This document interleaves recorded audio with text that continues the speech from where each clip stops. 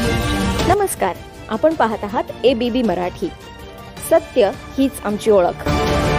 मंत्री गणेश नाईक यांनी ठाण्यात जनता दरबार घेणार असल्याचं स्पष्ट केल्यानंतर एकनाथ शिंदे यांना शह देण्यासाठी गणेश नाईक यांचा ठाण्यातील जनता दरबार असल्याच्या चर्चांना उधाण आलं होतं. त्यातच आता 24 फेब्रुवारीला ठाण्यातील जनता दरबार हा सर्व ठाणेकरांसाठी असणार असून यापुढे ठाण्यातील प्रत्येक तालुक्यात असे जनता दरबार घेणार असल्याचं गणेश नाईक यांनी आज पुन्हा एकदा स्पष्ट केलंय.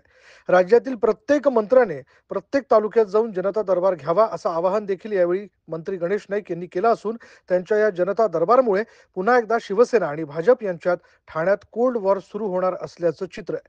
आज पालघरमध्ये पालकमंत्री गणेश नाईक यांच्या अध्यक्षतेखाली जनता दरबार पार पडला असून यावेळी 700 पेक्षा अधिक अर्ज स्वतः गणेश नाईक यांनी तपासून येत्या 15 दिवसांच्या आत हे सर्व निकाली काढण्याचे निर्देश जिल्हा प्रशासनाला दिलेत.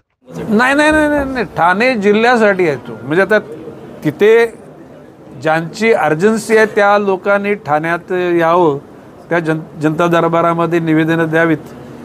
परंतु मी ठाणे जिल्ह्यातलं सुद्धा म्हणजे मुरबाडला जाईन, शहापूरला जाईन, भिवंडीला जाईन, भिवंडी ग्रामीणला जाईन, कल्याण ग्रामीण, डोंबिवली, कल्याण पूर्व, भाईंदर असा एकही तालुका किंवा विधानसभा मतदारसंघ राहणार नाही. आणि शेवटी माझं असं म्हणणं आहे की ह्या आमच्या महायुतीच्या सर्वच मंत्र्यांनी त्या ठिकाणी जर विविध म्हणजे पालघर जिल्ह्यामध्ये प्रत्येक तालुक्यात जावं, ठाणे जिल्ह्यातल्या प्रत्येक तालुक्यात जावं, जेणेकरून जनतेला त्यांची उपलब्धता होईल आणि जनतेची कामं गतीनं होतील. सत्य हीच आमची ओळख.